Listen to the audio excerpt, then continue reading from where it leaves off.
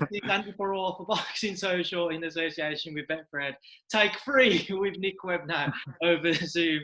Nick, it's been kind of a pain, but hopefully this will be the last of our hiccups. How are you doing? I'm very good, thank you. How are you guys? I'm good, mate. Obviously, it's good to hear you're doing well yourself. Obviously, we're in the middle of lockdown at the minute, just starting to be eased. But over these past few months, Nick, how have you found it? Yeah, I found it challenging, but I've also been able to do a lot of things I've not been able to do as a professional boxer, like spend time with family and catch up with people I've not been able to see. What was you doing training-wise? Obviously, gym's only just opening back up over the past month or so. So before then, what was you doing? I was just sort of doing a lot of running and body weight stuff. A lot of, there's only things you can do. I got my missus to hold the pads up for me a few times, but no, not much else than that, really, mate. Couldn't do too much. Couldn't be in the gym, so we had a few free weights. I was training every day, but just body weight stuff and running and things like that. Obviously, you mentioned you was able to do some things that usually you wouldn't have been able to do, and you could obviously spend some more time with your family. How kind of refreshing and nice of a period has that been for you? Because everybody knows of kind of the sacrifices boxers make when they do go into a full training camp. Yeah, it's been really nice. I felt in my career I'm always in camp, so I missed out a lot. So it's been really nice to catch up and just chill and spend time with my missus. Talk to my family, friends a lot more, things like that, and not be tired all the time.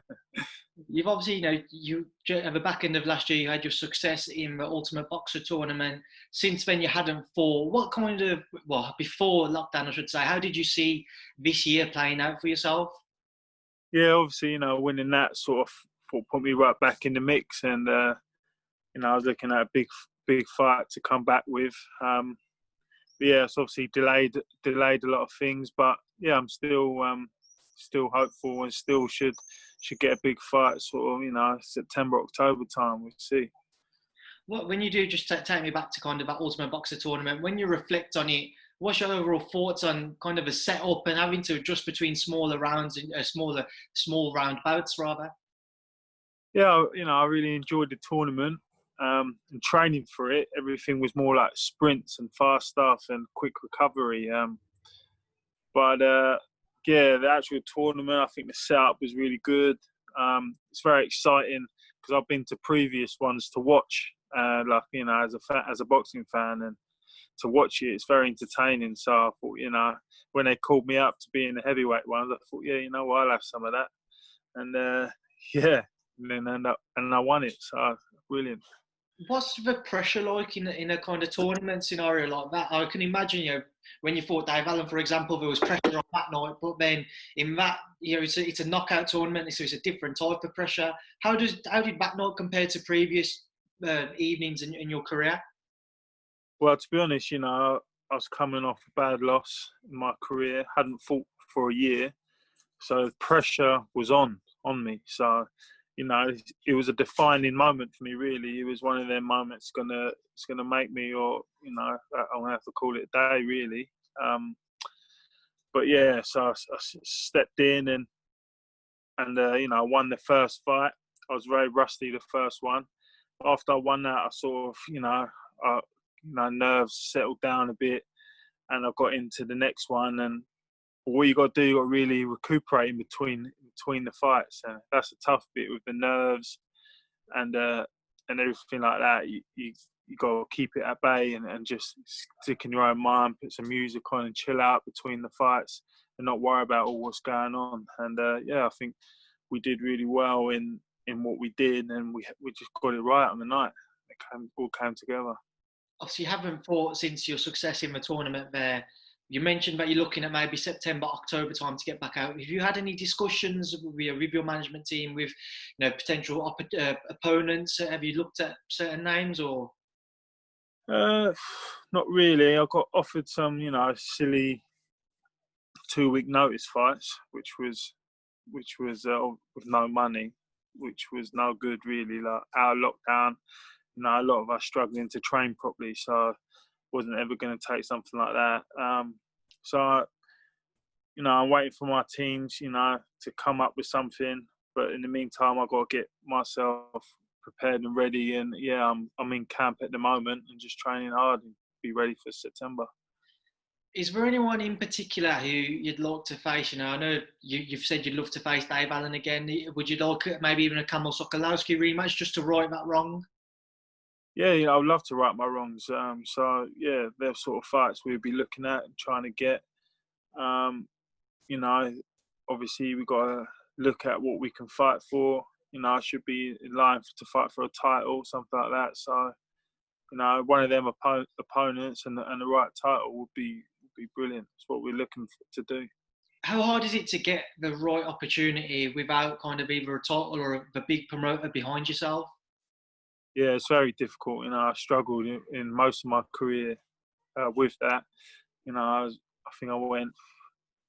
I think I was 12-0 before I fought Dave Allen, and and then it was hard for me to get the opportunities. I had a great record, and I was knocking most people out. So yeah, it's really, really difficult if you've not got a big promoter behind you. When you go back and you think about that fight with Dave, and then obviously if you ever look at it and think if you'd have been victorious, maybe you would have had stepped into the shoes that Dave's got and gone on to have the fights he's had and the money that he's done. Does that ever kind of play on your mind? You ever think, what if? Yeah, of course it does. You always think about your what ifs, but end of the day, he beat me on the night, and you think about the what ifs. If I won that, and the what ifs is what spurred me on to to win that tournament, for example. It spurred me on. The losses made me stronger, and now I need to avenge them losses and show everyone what I'm about. What have you made of Dave's career since his victory against yourself? Yeah, he's had some good wins. Still think he just hasn't took it serious enough in himself. He could have really had some great. He's had he beat Lucas Brown. That was a great win, and he fought Price, which was a tough fight for him. I think he got hurt or something in the early rounds, and then he just sort of tough man he is. He went through it, but yeah, he's done well. Obviously, if he took it serious, I think he would have done better. When you two fought, obviously Dave caught you with that big looping right hand. If you was to go back, no, not go back, but if you was to face each other again, how do you think a fight would play out between the pair of you? Yeah, end of the day, I was 4 rounds. I was beating him every round easy. He was obviously working in his game plan. He threw a lot of overhand rights and weren't catching me. And then obviously I started slowing down, and then he's caught me with it. But I wasn't right for the fight. And if we was to fight again, I know I'd be victorious. How likely do you think it is, or how soon do you think it may be that we could see yourself and Dave step in? Obviously, it's difficult for fighters at the minute to get opponents from abroad coming in as well. Yeah. Yeah, if everything goes to plan, if I come back with another good win and he fights again, maybe we could be facing off. That would be great. I would love to. So we'll see. Time will tell, but it could be late this year, early next year. Is there anyone else in particular, kind of out of the British heavyweights, that you'd like to have a tear up with? Well, as a fighter, I really just want to tear up with anyone. But you got to be smart, and you got to take the right fights, and obviously you got to take when the money is as well. So yeah, there's anyone, maybe Gorman, someone like that. We see. I don't know. See what my team. What's been kind of your biggest learning curve? Over the past couple of years, when you go back to obviously that loss and then your successes with Ultimate Boxer Tournament. Yeah. What's been the biggest thing that you've taken away from these past few years in boxing? I think for me, I really had a bad year, and I always believed in myself. And I think what I've taken away is self-belief, and don't give up on yourself. Because you can come back from adversity if you just have self-belief, and you got the people around you, that believes in you, and you see why do they believe in you. And I think that's what I would take away from it, just self-belief. is powerful. Nick, we're obviously seeing shows return now behind closed doors. Is it something you'd be interested in personally? Would you be up for fighting behind closed doors, or would you rather wait until kind of an audience can attend? Yeah, I would love a crowd to be there, but we don't know how long that's going to be. So if we can fight behind closed doors sooner, then that's what I'll take. Behind the closed door fight, at least they won't be able to see that on TV and things like that. So yeah, I'll be up for it. I'm up for fighting. What have you made of the behind closed door shows so far, whether it be in the US? Obviously, Frank Warren had a show on last week. What have you made of behind closed door shows so far? Yeah, I think it's great. It's getting boxing back, on the TV and for the sports fans. So I think it's great. Otherwise, there wouldn't be any boxing if not. Nick, I just want to obviously get your thoughts on kind of a few fights which are coming up, looking at that heavyweight division. Start with Dillian Whyte versus Alexander Povetkin. Dillian obviously recently split from his trainer Mark Tibbs. So what do you make of that fight now, and how big of a decision do you think that will be ahead of time? Well, I think, Dillian Whyte's, his own man, and I think, no one else. He's his own man, and it doesn't matter who he's got around him. No one's going to break him mentally. So I think he'd be fine. That's not going to change anything. And I think Dillian, when he has like a shorter guy, sort of similar height to him, he always does really well. So I see him knocking Povetkin out. Another fight which is on that same card, Martin Bakole versus Sergey Kuzmin. Again, Nick, just how do you see that one going? Yeah, that's a really interesting fight, to be honest. That what's his name? Sergey Kuzmin. Yeah, Sergey Kuzmin. He's a big puncher. I've seen him. I saw him in the amateurs. I think he knocked Joyce out in the amateurs. And he's a big puncher. So that's an interesting fight. And Bakole's a strong man himself. So that'd be a great fight. I think it can be a head clash fight, entertaining one.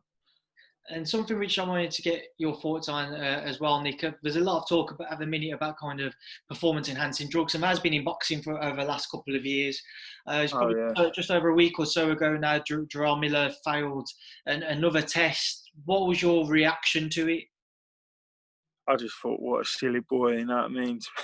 He's already failed, he failed that drug test against Joshua and lost out on the biggest purse of his life. So, and to fight for a world title, so he's messed his whole career up. And there's no place for drugs in this sport. It's got to be fair, and there's no place for it really. Does it ever play on your mind when you step into the ring? Do you ever think about something like that, and about maybe your opponent ever having maybe taken something without being caught? Does it ever play on your mind? No, to be honest, not really. I think to myself, if they have on it, then I'm gonna knock them out anyway. So, and then ain't nothing gonna help them. So it don't matter. Nick, it's been a pleasure to catch up with you. Before I let you go, though, what would you like to say to everyone who tunes in to watch our interview? Just stay safe and COVID-free, and everybody do your best and tune in. I'll be fighting soon. Nick, it's been a pleasure to catch up with you. Stay safe yourself, and thank you for your time. Thank you for speaking to Boxing Social. Okay, man. Thank you very much.